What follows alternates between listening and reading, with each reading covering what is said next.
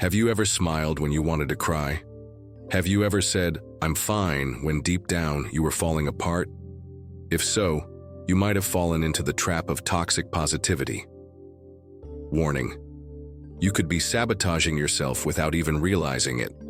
We live in a world that teaches us to hide our emotions, like sadness, anger, and frustration, as if they were signs of weakness. But more than 2,500 years ago, Buddha had already warned us about this. While the internet pressures you to be happy all the time, Buddhist philosophy reveals a disturbing truth. Faking happiness is the most dangerous form of suffering. True peace doesn't come from ignoring pain, it comes from accepting it.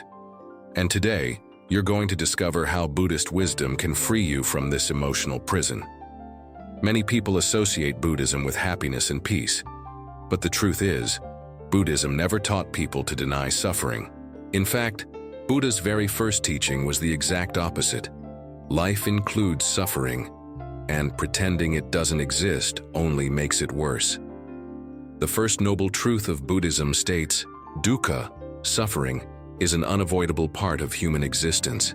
That doesn't mean we are doomed to suffer forever, but it does mean that emotional and physical pain are realities that must be faced, not ignored or masked with fake smiles. Think about it. How many times have you hidden your pain behind a mask of positivity? How often have you felt like showing sadness would make you seem weak? If you've ever felt this way, you're not alone. Millions of people get trapped in this cycle of emotional denial, believing that the only way to be happy is to suppress every negative feeling. But here's the problem. Forcing positivity doesn't shield us from suffering. It actually stunts our growth. Buddhism teaches that suffering has a purpose. It's a teacher, a tool for inner transformation. When we try to ignore it, we're really refusing to learn. Many times we don't even realize we're suppressing our emotions in the name of so-called happiness. And that's exactly why we need to talk about the 3 hidden signs that show you may be practicing toxic positivity without realizing it. You feel guilty for having negative emotions.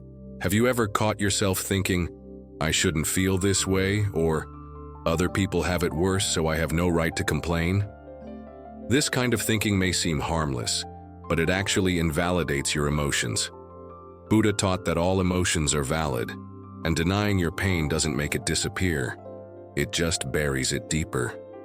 You try to fix everything with empty motivational phrases. How many times have you heard or said things like, "Everything happens for a reason," or "Just think positive"? These phrases may sound comforting, but they often dismiss real emotions. True healing comes from facing and understanding your feelings, not covering them up with cliches. You downplay other people's problems and your own. If your first instinct when someone shares a problem is to say, "It could be worse," you might be reinforcing a culture of emotional repression. Buddhism teaches the concept of karuna, true compassion, which means being present for someone's suffering without trying to fix it right away. So how do we break free from the trap of toxic positivity? Buddha left us a powerful method to find peace without having to fake happiness. This method is based on 3 fundamental principles. 1. Acknowledge that suffering is real. Buddhism teaches that suffering is a natural part of life. But contrary to what many believe, this isn't a pessimistic message. It's a liberating one. When we stop fighting our emotions and accept that difficult moments are inevitable, we begin to see life from a new perspective. 2. Understand that nothing lasts forever. Buddha compared emotions to passing clouds in the sky. They come and go, but the sky remains unchanged. When we learn to see our emotions as temporary experiences rather than permanent identities, we find an inner sense of freedom. 3. Follow the middle path. Most people think they have only 2 choices when dealing with difficult emotions, either drowning in them or pushing them away.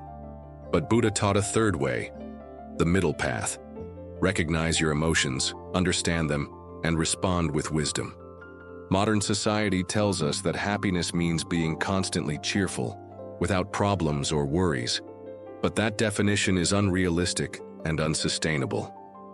When we force ourselves to be happy all the time, we're actually distancing ourselves from reality and preventing true growth. Buddha taught us something much deeper. True emotional freedom doesn't come from avoiding suffering. It comes from accepting everything that is part of the human experience: pleasure and pain, joy and sadness, success and failure. Reflect on this. Happiness based on external conditions will always be fragile, but inner peace is unshakable because it doesn't depend on what happens around us. It comes from our ability to accept reality as it is. When we accept suffering as part of life, it loses its power over us. When we stop fearing negative emotions, we discover a place of unshakable serenity within ourselves.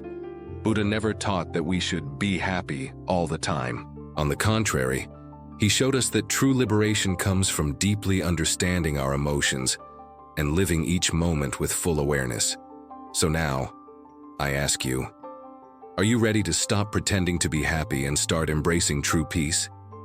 If this video resonated with you, share it with someone who needs to hear this message. Leave a comment below saying, "I choose peace, not toxic positivity," so we can show the world that it's possible to live more authentically. Subscribe to the channel for more content like this. Turn on notifications so you never miss a new video. Thank you for watching, and may you find true peace within yourself.